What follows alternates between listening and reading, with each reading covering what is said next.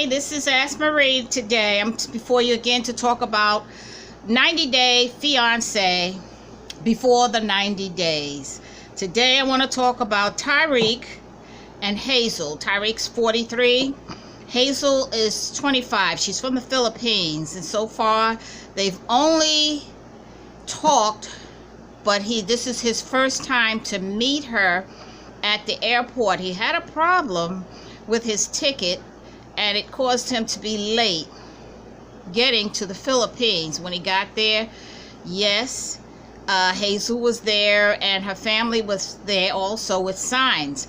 Now, Hazel, when she saw him, she seemed a little reserved, as though she didn't want to say hello or anything. Her family had to tell her to go hug him, say hello.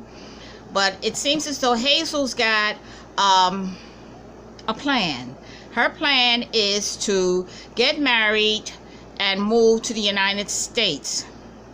And Tarik's plan is to, I'm assuming his plan is to get married, because he was buying an engagement ring before he went there. He had just seemed to have fallen head over heels with this girl.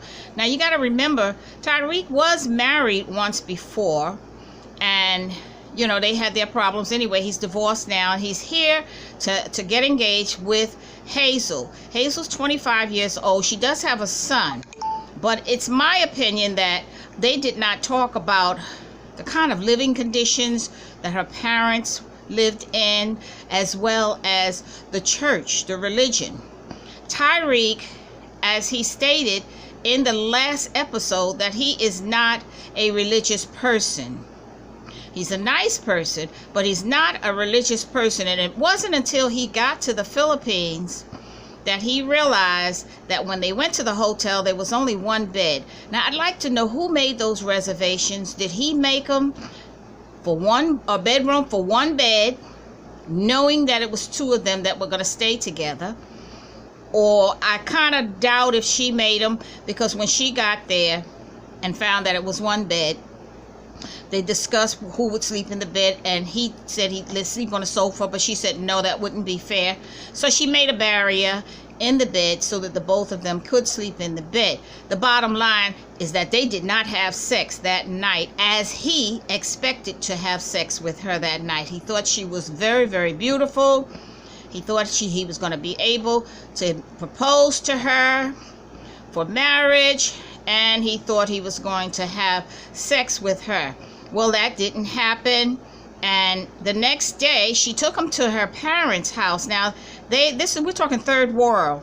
These parents were living in a location where it looked like a tree house, and they had one room, and everything went on in that room. They slept there, they cooked there with some kind of a heating device to cook their food, and they took their shoes off. You had to take your shoes off, and it was a very, very small room, like a 8x7 room, if that big.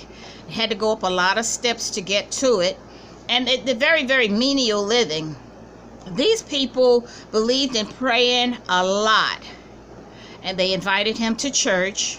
And now he had an experience that he apparently had never been exposed to when he went there and saw how they were having and rejoicing and having service, and the kind of service, how they regulated this service in praise, and they were on the floor, and you know, it was very new to him. He was in somewhat of a confused state. When they left, they went outside, and there was 4 chairs that she sat down with, and her husband, Tarik, and her parents sat down. The 4 of them sat down and talked about the expectations, because see, now you got to remember, her parents are looking for a better life in the States for Hazel and her son. So you're talking about a ready-made family. They talked about it. And while they were talking, Tarik was so in such a dilemma. He was just so turned around, and this is why she refused to have sex with me, and she seemed so distant from me.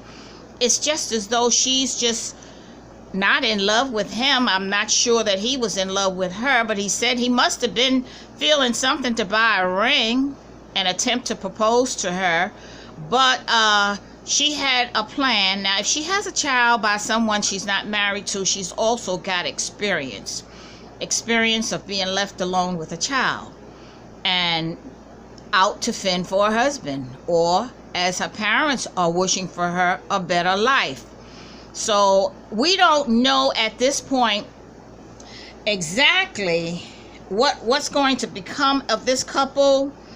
But like I said, who made those hotel arrangements? And I'd like to know if she ever talked to Tarik about her family's living conditions, if she ever talked to Tarik about her religious convictions. It's something that I wonder if Tarik would have gone to the Philippines had he known about her church, had he known about, I'm not sure if he even knew about the son, but if he had known a little bit more about her, as his cousin would say, you need to know more. Instead of buying a ring, it's too early. Had he known a little bit more about her, would he had gone to the Philippines? As beautiful as she is, but she's not receptive to him, and there's a reason for that. What do you think that reason is? Leave me your comments today and your feelings about this whole situation, and please do subscribe today. God bless.